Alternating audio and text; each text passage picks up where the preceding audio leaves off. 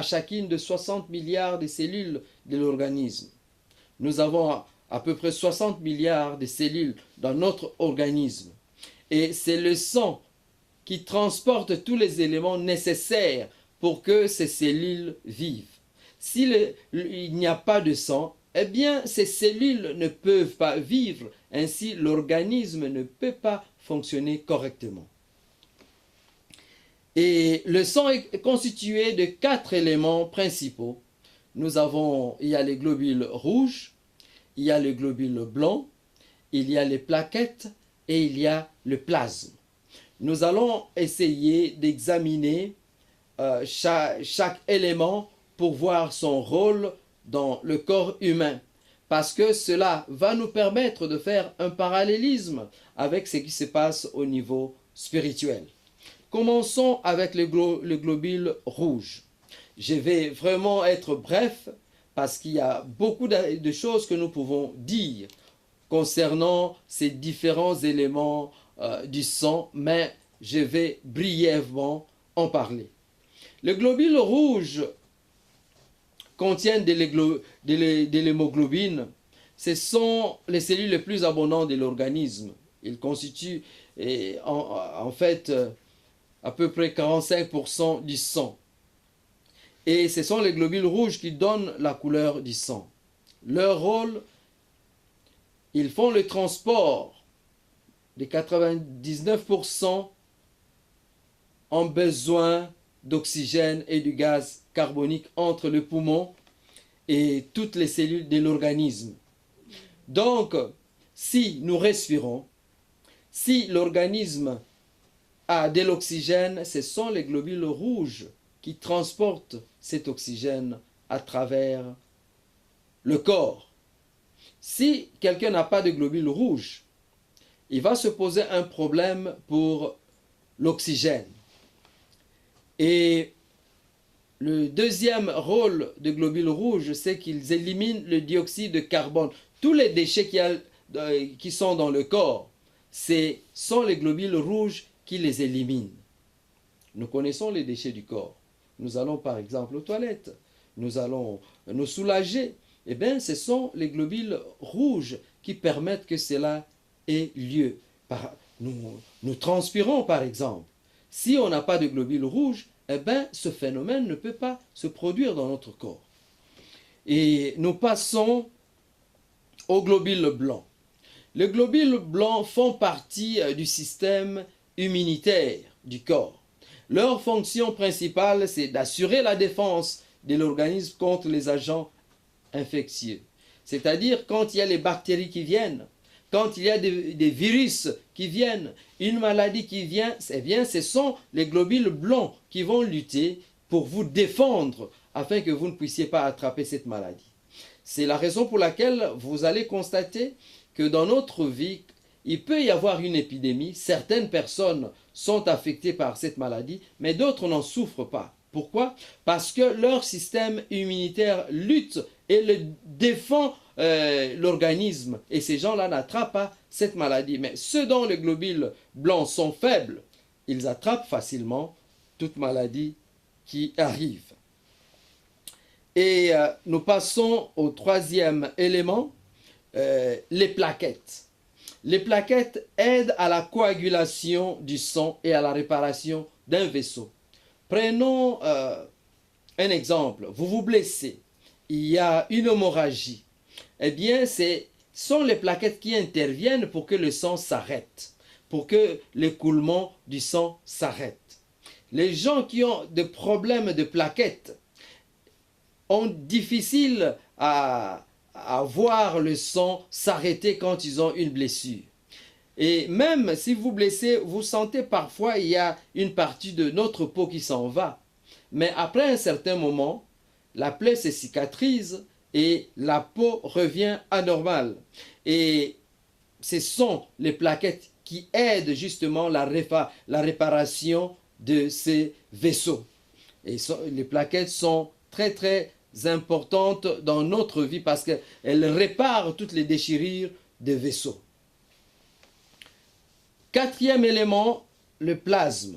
Le plasme, c'est un organe qui assure la liaison entre différentes parties du corps et il transporte le 1% d'oxygène qui reste. Donc le plasme nous aide pour que tout dans le corps marche bien parce que il sert de liaison entre différentes parties du corps. Ça, c'est le rôle du sang dans le corps humain. Les 4 éléments que nous venons de voir sont très importants pour que nous puissions mener une vie correcte. Voyons maintenant le rôle du sang dans la vie spirituelle. Ah, c'est ici notre sujet, parce que cette partie va démontrer que le sang constitue la médecine de Dieu pour l'humanité. La vie physique reflète ce qui est en fait au niveau spirituel. Et si nous voulons comprendre la notion du sang, nous devons commencer par le commencement.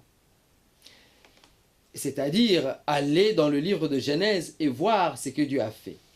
Souvent, nous croyons que le sang a commencé avec le péché d'Adam et Ève, lorsque Dieu a tué une bête et les a revêtus avec la peau de cette bête. Il est vrai que cela symbolisait déjà le sang de notre Seigneur Jésus comme notre rançon.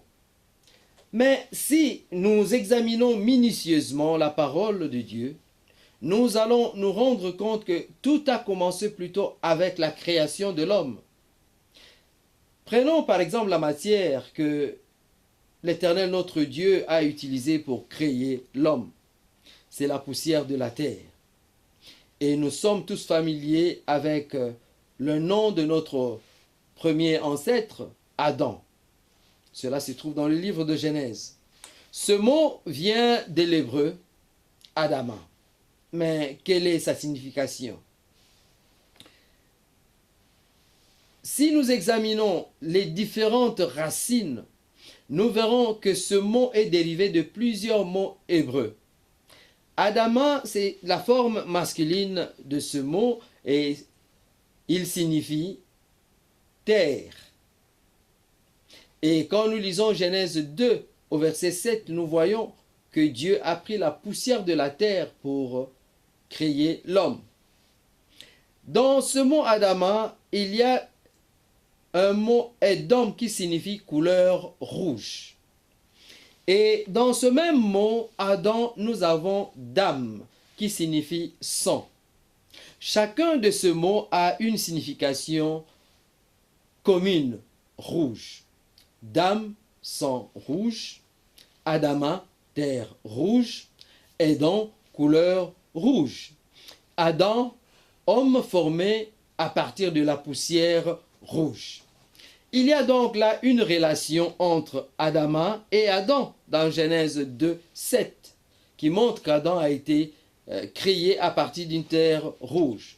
C'est pour cela que vous trouverez dans certaines langues telles que le Swahili, en Swahili, le sang est appelé Damu. Et nous savons que le Swahili, c'est une langue d'origine arabe. Et l'arabe est une langue apparentée à l'hébreu. Nous comprenons pourquoi je dis maintenant que Dieu, la notion du sang, était déjà dans la pensée de Dieu pendant la création de l'homme. Et quand nous avons parlé du corps humain, nous avons dit qu'il y a 4 éléments essentiels dans le sang. Ces éléments jouent aussi un rôle important au niveau spirituel. Et ici, nous parlons du sang de Jésus-Christ, notre Seigneur, car c'est là le prix qu'il a payé pour nous sauver à la croix. Et commençons avec les globules rouges du sang de Jésus-Christ. Nous avons dit que le globule rouge apporte l'oxygène, 99% d'oxygène et de gaz carbonique. Et c'est dire que le globule rouge donne la vie. Mêmement, au niveau spirituel, le globule rouge du sang de Jésus nous donne la vie. C'est pour cela que la Bible déclare « Celui qui a le Fils a la vie, celui qui n'a pas le Fils n'a pas la vie ». On ne peut pas avoir la vie quand les globules rouges ne fournissent pas l'oxygène nécessaire. On ne peut avoir la vie que quand ces globules rouges fournissent l'oxygène. Sans globules rouges, bien aimé, on entre dans le coma. Ceci explique pourquoi les païens ne comprennent pas les choses de Dieu. Parce qu'ils n'ont pas les globules rouges du sang de Jésus. C'est-à-dire le païen vivent dans le coma, dans un coma spirituel. Parce qu'ils n'ont pas le globule rouge du sang de Jésus pour leur donner l'oxygène, pour leur donner la vie. Ils n'ont pas ces globules dans leur vie. Et quand nous recevons Jésus comme Seigneur et Sauveur, nous recevons automatiquement ces globules rouges dans notre vie. Nous recevons la vie. Cela ne veut pas dire que physiquement nous n'allons pas mourir. Eh bien, si notre Seigneur Jésus ne revient bientôt, nous allons tous passer par la mort physique. Mais au niveau spirituel, nous avons déjà la vie éternelle pour avoir accepté Jésus comme Seigneur et Sauveur. Donc le premier rôle du globule rouge du sang de Jésus, c'est qu'il nous donne la vie, parce que celui qui a le Fils a la vie. Deuxième rôle du globule rouge du sang de Jésus, le sang de Jésus nous délivre de la malédiction. Comprenez, bien-aimés, que le soldat romain avait formé une couronne d'épines, qu'ils avaient placée sur la tête de notre Seigneur Jésus-Christ. C'est ce qui est déclaré dans l'évangile de Matthieu au chapitre 27, verset 29. Ils tressèrent une couronne d'épines qu'ils posèrent sur sa tête, et ils lui mirent un roseau dans la main droite. Puis, s'agenouillant devant lui, ils le rayaient en disant « Salut, roi des Juifs !»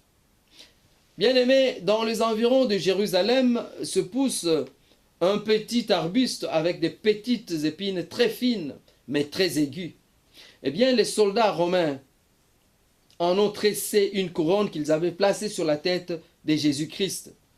Or, comme nous savons, le crâne est la partie du corps humain avec la plus haute concentration de vaisseaux sanguins à la surface de la peau.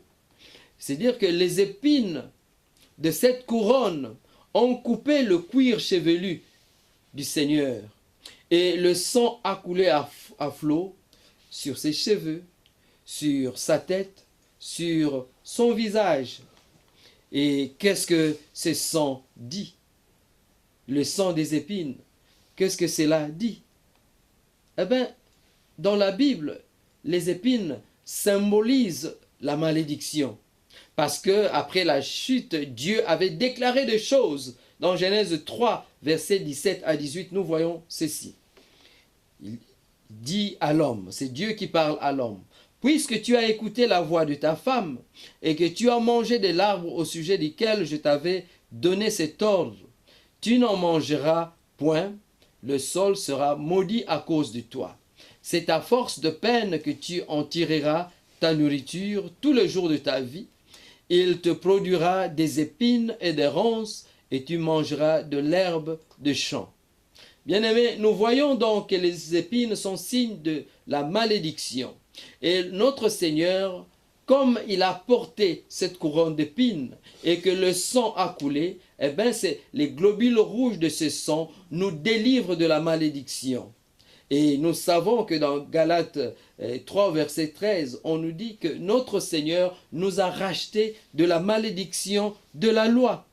Et il n'y a que le sang de Jésus-Christ qui peut nous délivrer. Au milieu des épines cultivées par Satan, nous voyons la rose de Saron, Jésus-Christ, qui nous délivre de toutes ces choses. Bien-aimés dans le Seigneur, c'est bon d'être dans le Seigneur. C'est une très bonne chose d'être en Jésus-Christ, parce que dès qu'on reçoit Jésus comme Seigneur et Sauveur, on est délivré de la malédiction de la loi à cause de la couronne d'épines qu'il a portée sur sa tête. Troisième rôle des globules rouges. Les globules rouges élimine les déchets, comme nous avons vu dans l'organisme humain. Et au niveau spirituel, c'est en fait la première fonction et la plus évidente du sang de Jésus. Le sang de Jésus nous purifie de tout péché. Et le sang de Jésus nous accorde le pardon du péché. Et le sang de Jésus nous nettoie de tout péché. 1 Jean 1, verset 7 dit cela. Et on nous dit aussi, il est le sacrifice se réconciliant pour nos péchés, et non seulement pour nous, mais également pour les péchés du monde entier. C'est ce qui est déclaré dans 1 Jean 2 au verset 2. Nous voyons aussi cet aspect du sang loin dans la Bible pour Adam et Ève. Dieu a utilisé les peaux des animaux tués pour couvrir la honte d'Adam et d'Ève après avoir péché. Souvent dans nos vies, nous ne faisons que coudre des habits de feuilles pour couvrir notre nudité suite à un péché que nous avons commis. Nous voulons copier l'exemple de nos premiers parents, Adam et Ève, qui ont cousu de feuilles de figues ensemble pour couvrir leur honte. Nous oublions que par nos propres efforts, bien-aimés, nous ne pouvons rien faire. Le sang de Jésus est là, les globules rouges du sang de Jésus est là pour ôter nos péchés, pour nous couvrir notre honte. Oh bien-aimés, quelle joie d'être dans le Seigneur. C'est pour cela que la Bible déclare, sans effusion de sang, il n'y a point rémission de péché.